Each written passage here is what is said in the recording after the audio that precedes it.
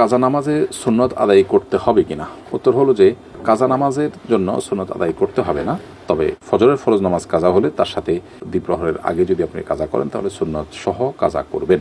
রমাদানে পণ্যের দাম সাধারণত বেড়ে যায়, এর কারণ কি এবং কিভাবে এটা প্রতিকার করা যেতে পারে বলে আপনি মনে করেন? কারণ আমরা সবাই কম বেশি জানি যে গুদামজাত করার কারণে, অবৈধভাবে এবং কৃত্রিমভাবে যে সংকট সেটা তৈরি করার কারণে, অসাধুতার কারণে মূলত এটি তৈরি হয়ে থাকে।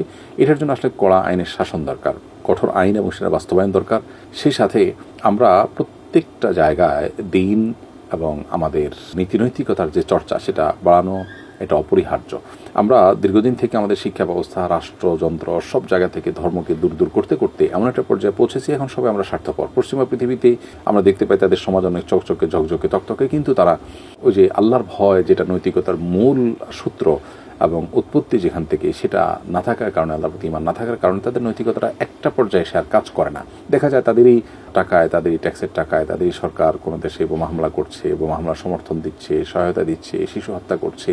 প্রেসিডেন্ট ফাইল থেকে আমরা জানলাম তারা তলে তলে অনেক জঘন্য কাজ করছে, জেনেও তাদের তেমন কোনো বিহিত নেই। এটাই হলো আসলে নীতিনৈতিকতার যে মূল সূত্র, আল্লাহ রাব্বুল আলামিন তার প্রতি ঈমান না থাকার ফলশ্রুতি। যার কারণে আমরা আমাদের সমাজে যে সমস্ত ব্যত্যয় দেখতে পাচ্ছি, এগুলোর জন্য আইনের কঠোর শাসন যেমন দরকার, ঠিক তেমনিভাবে এগুলো দূর করবার জন্য নীতি নৈতিকতার চর্চা সর্বক্ষেত্রে ব্যাপকভাবে বাড়ানো দরকার।